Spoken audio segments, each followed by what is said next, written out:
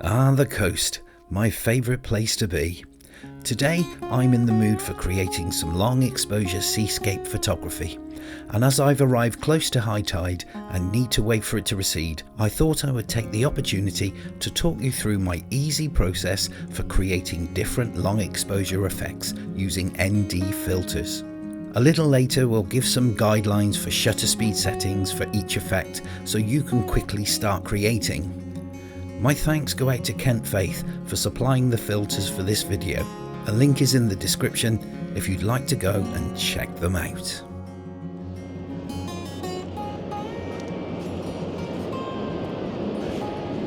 Oh wow, beautiful, beautiful. Well, welcome to today's video, guys.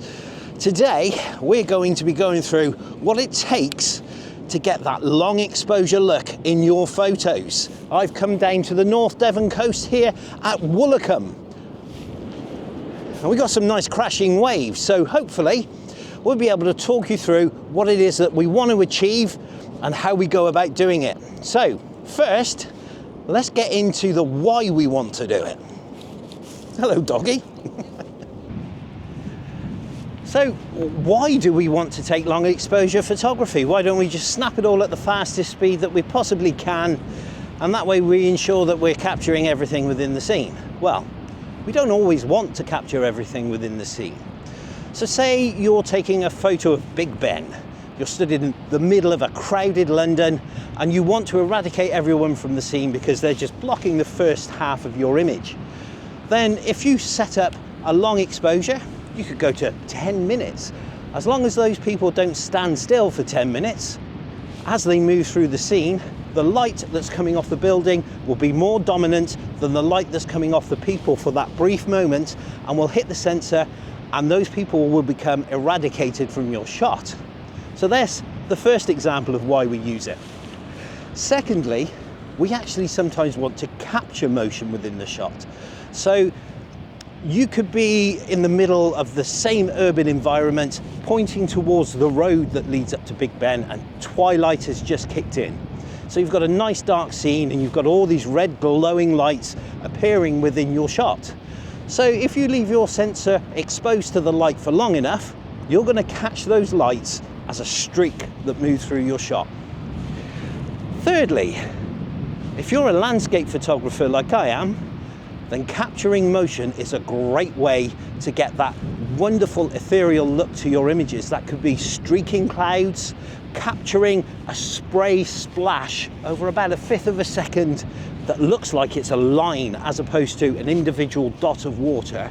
Or it could be a nice receding sea going back out over some lovely glistening pebbles, and you get that streaky effect. So today we're going to try and capture a few images that show three things. Firstly, what the scene looks like before we start long exposures. Secondly, we're going to try and capture some movement within the scene of a semi-long exposure. And then thirdly, we'll go for a really long exposure, and hopefully if these clouds stick around, we'll be able to capture them streaking away in the sky. Well, this is Mill Rock, and I was hoping today that this would be my subject, but it doesn't look like the tide is going to reach. I'm looking at the tide mark from the previous tide, and it's a very far back. So yeah, I think we're going to have to go and scout for something else. Well, I can't guarantee conditions, but we can work through the process whilst we wait for the tide to reveal more subjects for our evening shoot. Well, I think we're going to compromise around here. So we've got the headland there that's getting some light on it, and we've also got some crashing waves going on in the midground there, so this may be a bit of a telephoto shot. So for a long exposure, a kind of 30 seconds to 2 minute exposure, it may not work because we've got quite a windy day. Beautiful day, but chilly and windy. So what I think we're going to do is we're going to zoom in on these rocks in the foreground and the headland. We're going to eliminate that blue patch in the sky, and we're going to try and get some crashing waves and go from there. So the things we're going to require for today's video, obviously we're going to need our camera, but we're also going to need a tripod and a set of filters. Now the tripod definitely need that because it's quite windy today, so I think doing this shot in the background telephoto may be out of the question, but we will give it a go, like I said. But yeah, the tripod is there because we're not going to be able to hand hold this for the length of time that we require.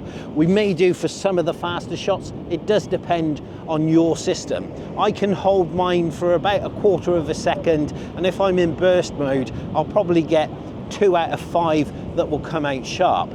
So it is feasible for some of the shots. The filters, now they're what we require to actually extend our shutter speed. And my thanks go out to Kent Faith because they've supplied me with the filters for today. And I think I'm going to have a little bit of a play with them, and I'm going to give my thoughts on them at the end of the video. Now, it's worth noting that today we will be shooting in manual mode and that a shutter release will also be very helpful. Okay, when you're at the beach, try and keep your bag on your back. You'll be surprised how quickly that tide comes up and catches you unaware.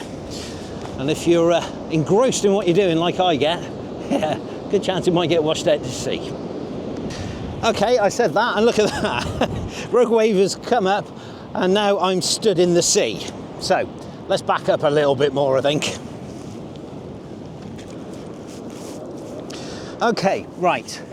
Let's get our establishing shot first. So basically I'm just going to set my camera up, get my composition, and I'm going to take it at my lowest ISO I can, and then I'm going to set the aperture to what I want it to be, and then let the shutter speed be what it needs to be for the day. Right, so as you can see, I've got my ISO set to 64 and my aperture set to f11, which is where I want them, but my shutter speed needs to be adjusted because my scene is far too bright. So now I can actually see my composition. So it looks like we're coming in at around about 1/50th of a second. Okay, I've got to move back again. Oh dear. Right, okay, so we finally got ourselves set up. Now I'm right out at 200mm on this, so the really long exposure is going to be very, very difficult. But we're going to get our establishing shot first. So I'm in at ISO 64, f11 and 1/50th of a second. So I've attached my shutter release because as we do this, I don't want to introduce camera shake. And I also want to be able to take off my delay because I want to capture the right waves. Okay, so the histogram's looking good. We're not clipping on the right hand side. We've got no clipping in the blacks. It's just a case now of waiting for a few waves to come in and we'll click away. So to recap, we've set our exposure to its correct level, we've attached our shutter release so that we have no camera shake when we press the button, and we've made sure there's no delay on so that we can time the waves as they come in. So this has given us our base exposure to work off, and as you can see, it's given us a lot of detail and contrast within the water itself, but we're not looking for that effect. But from here, we can work out what we need. It's got me again. Unbelievable. Got me again. Okay, so that's 1/50th of a second. So let's see if we can get a fraction more texture within the water and shoot this around about 1/5 of a second. So to do that, we're going to need to establish how many stops of light that we need to reduce our scene by. Now, when you use your camera, if you were to adjust your shutter speed by 3 clicks, so if you were to make it faster by 3 clicks, that would be 1 stop of light you've reduced. But because we're going to go the other way, we're going to increase the light going in, and if we just count those clicks until we get to 1/5 of a second, then we'll know how many stops of light that we need to apply to the front of our lens using our filters to get our exposure correct. Right, let's count them off. Okay, well you can see that the scene has brightened up because the sun's come out, and at 1/50th it's now too bright. So we're gonna get our histogram correct. Let's try and get this in the shade so you can see what I'm doing. And that puts us at 1/100th of a second. So I'm gonna count how many clicks it takes me to get to 1/5 of a second. 1, 2, 3, 4, 5, 6, 7, 8, 9, 10, 11, 12, 13. So 13 clicks. So that's 3, 6, 9, 12, 4 stops of light and a little bit. Okay, so in my filter set, I have a step down ring, or step up, depending on how you view it. Now this attaches to the front of the camera and you just screw it on. And then of course I've got my filters. So this is my 3-stop filters. And that just clicks onto the front once I've screwed this on. So it's as easy as that to apply these filters. Very good indeed.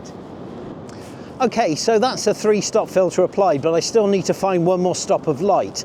Now, it's not just your shutter speed that you adjust by 3 clicks to get 1 stop of light. You can do that with your ISO and you can do it with your aperture as well. Now, because I'm at my base ISO, what I'm going to do is I'm going to adjust my aperture. There we go, from f11 to f16, 1, 2, 3 clicks, and now my histogram is back in check. So that's giving me 1/5 of a second. So let's grab a couple of shots at 1/5. Now from this distance it's a little hard to see exactly the effect that we're getting, but we are reducing the contrast within the sea itself and starting to capture some of that motion, and later on we will have a few examples to show you. This is a great length of speed to start off with for waterfalls or splashing waves. So let's have a little recap. If we incrementally increase or decrease our ISO, our shutter speed or our aperture by 3 clicks, then that's reducing or increasing the light that goes to our sensor by a stop. And by working out how many stops of light we need, we can select the appropriate filter and then make any final tweaks to get our exposure correct. Okay, so that's a shot grabbed at 1/5 of a second, and hopefully you can see there that we're starting to capture some of the motion within the ocean. Poet, and I don't know it. But I think I'm going to try and push my luck in this wind. Out at 200 mil, I'm going to go for a 30-second exposure and see what we can get. I think this is just going to come out blurry, but we'll give it a go. Let's see what we can do. Okay, so I've removed my 3-stop filter and now I've reset back to 1/80th of a second. He's coming to get me again. So, okay, this might not be wise. Okay, so I'm going to wait for the sand to settle a little bit before I actually take the shot. But whilst I'm doing that, we can get our exposure correct. So I'm back to about 1/80th. In fact, because of the light at the minute, it's looking more around 1/60th is getting my histogram where I want it to be. No, we're back to 1/50th. Sun's gone in. So we're going to count off from 1/50th of a second again. This time I want to get to 30-second exposure. So let's count it off. 1, 2, 3, 4, 29, 30, 31, 32. Okay, so it's going to ask me for between 10 and 11 stops of light. And with the fluctuating light, I think I'm going to err on the side of the 10 anyway, which is very handy because I've got a 10-stop filter. So let's grab that out. Okay, so this is my 10-stop filter. And as you can see, it's very, very dark. So it stops quite a bit of light. Top tip, always keep a lens cloth on the go when you're shooting at the seaside, because that salt spray, it gets on everything. So clean the lens before I apply it, clean the back and pop it on. Right, let's have a look at where that's got us. Oh, here comes the sea again. Stay, stay, stay. So, okay, with the 10 stop applied, it looks like we are clipping a little bit. So we're at 30 seconds, f11, ISO 64. So I'm going to bump up my f-stop until my histogram comes in check, which is 1 stop of light, which is what we thought we might need. Right, so there we are. We're at ISO 64, f16, 30 seconds, and we're on a 3-second delay, and I am going to stand here for 30 seconds and I'm going to try and shield my lens because we're out at 200mm.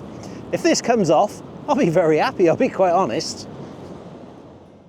So our third example is of a very long exposure, and you can see the dramatic effect it has on the overall scene. The clouds are starting to get a streaking effect and the sea is flattening out with an ethereal texture to it. We've compensated for the overexposure by 11 stops, 10 from our 10-stop filter and 1 using our aperture. This has created a softer, brighter feel as the light and brighter parts of the image move across the scene, a technique commonly used to create a fine art feel to an image. Now the wind did have an impact on the sharpness of this shot, so let's try and find a way to stabilise it when we're faced with these types of conditions. Well, as I suspected, that didn't come out sharp. I think I'm going to have to either reduce my focal length so that my camera's not sticking out so far and getting blown around so much, or I'm going to have to get lower.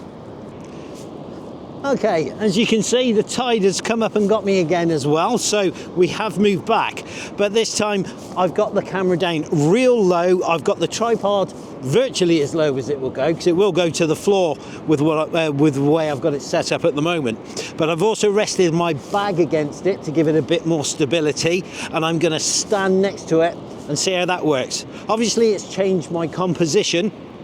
We're getting a bit more of the beachfront in, but we should still get that nice long exposure effect in the foreground in these waves, and hopefully soften out the clouds a touch as well.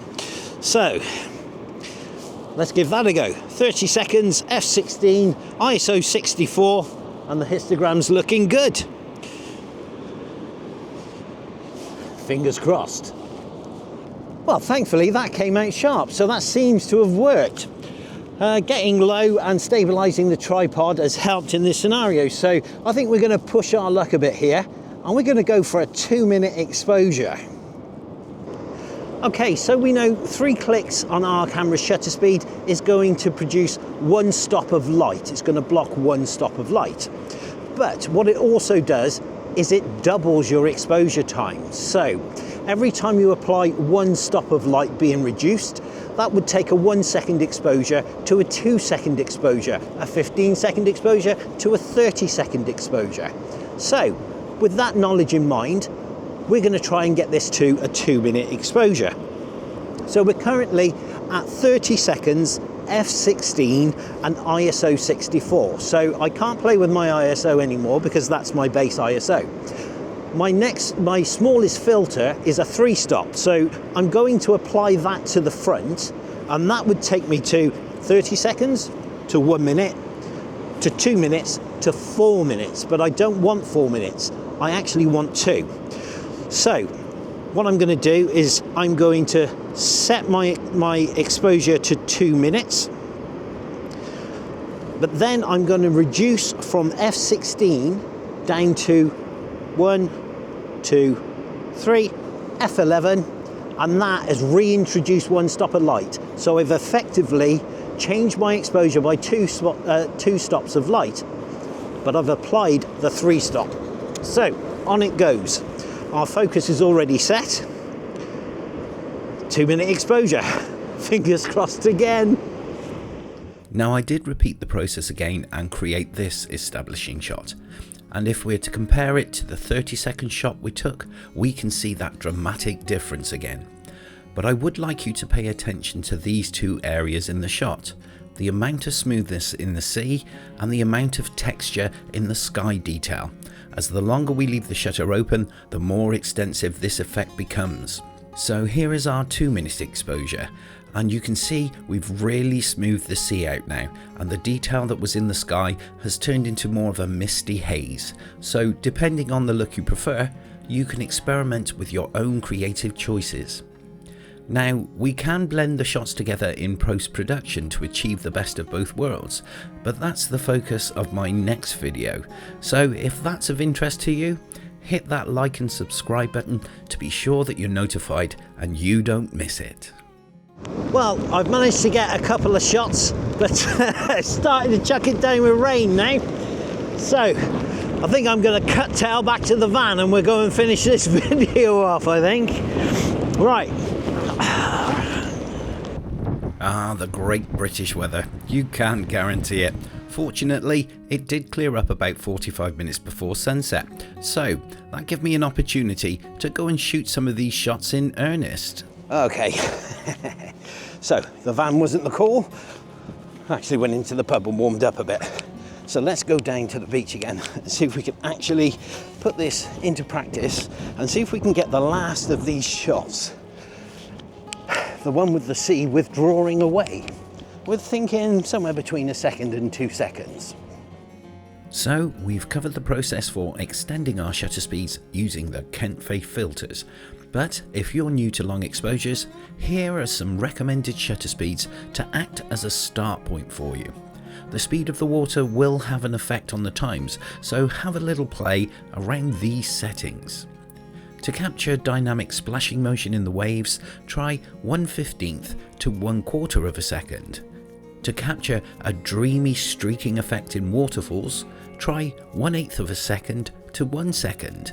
To capture a smooth, drawn-out look in receding water, try between 1/2 second and 2 seconds.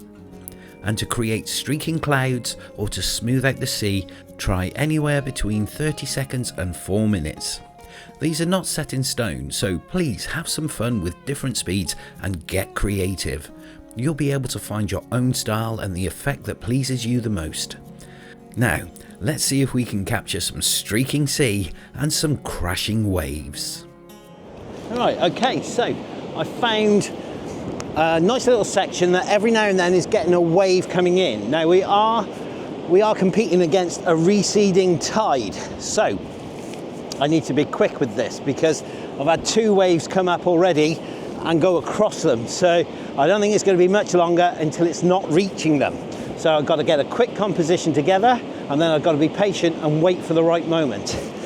Back on with my shutter release cable, and I'm thinking that I want around about a second to start with, and then I might tweak that up a little bit or down a little bit depending on how the shots turn out, to be honest. Right, let's get set up.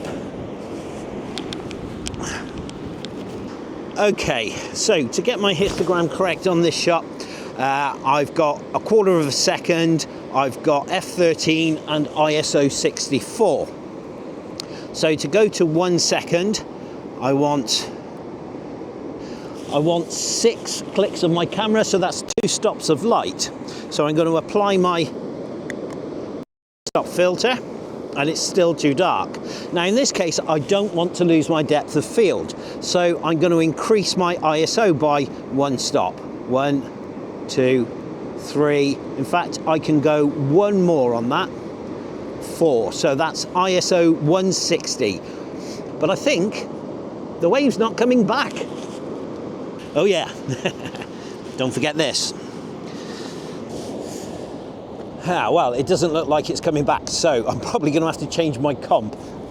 Trouble is, I'm going to be walking into the sand, so that's going to destroy everything. Can I rock up? Maybe. Anyway, I took the shot just to show you what I set up for the composition, because it would have worked really well. But, yeah, I was too late. Well, I wanted to leave this image in so I could quickly talk about composition, so you need to put some thought into where you're going to have the streaking water in your shot. So you'll notice that in the bottom right corner we've got a gully that leads through to the rocks, and that would have trapped the water and it would have led down and then swirled around the rocks, making for a fantastic leading line and some nice bright interest in the shot. So, it's unfortunate I didn't get that one because I think that would have been the best composition of the day. Still, never mind, we move on.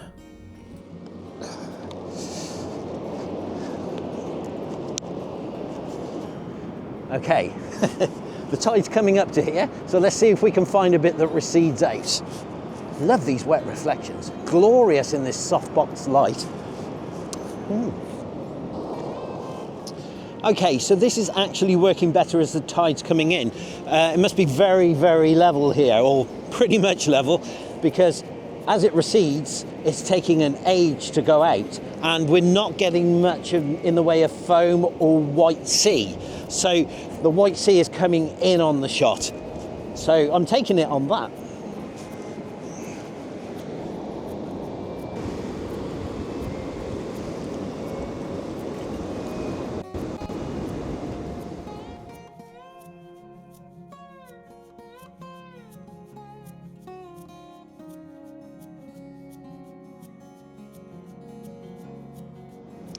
So there you are, this shot's at 2 seconds. That's the length of time that it needed for this to come up with that nice streaking in the foreground. But as we are close to a quarter of a second, or we're probably slightly longer than that now, I think I'm going to whack on the 10 stop and I'm going to do 1 2-minute exposure.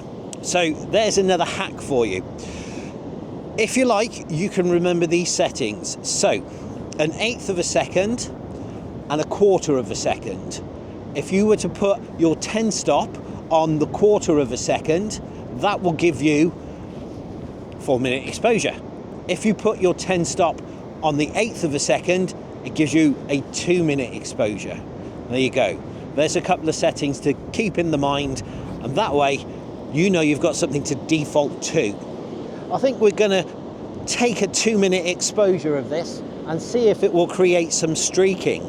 Hopefully so. Hopefully there's enough up there to actually move around and not just become a grey mess. Right, let's have a go at that.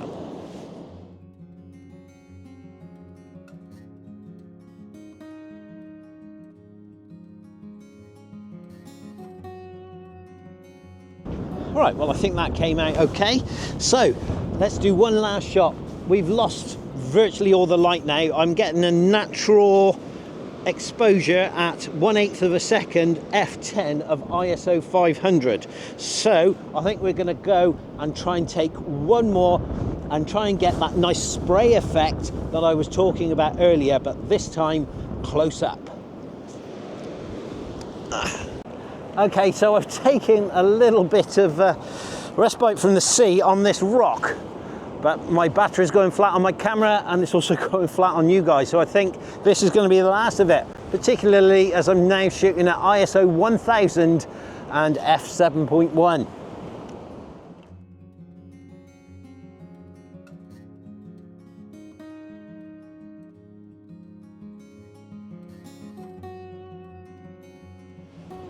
Well, there we go, my battery has gone flat and my day has come to an end.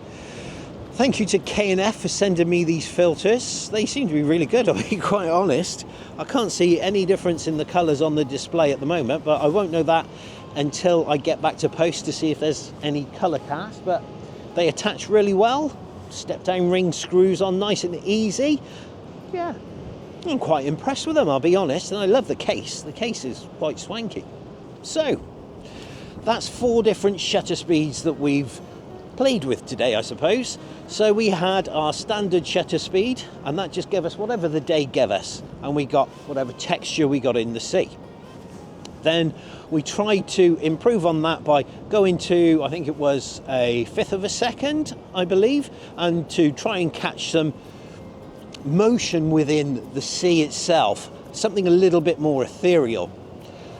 We've also done a 2 second as well. That's the streaking in the water that we did not long ago. And we've done a 30 second and a 2-minute exposure, which allowed us to play around with how much we level out the sea or get streaking in the sky. So I hope this has been helpful to you guys, and yeah, I'll catch you in the next one. Been a hell of a day.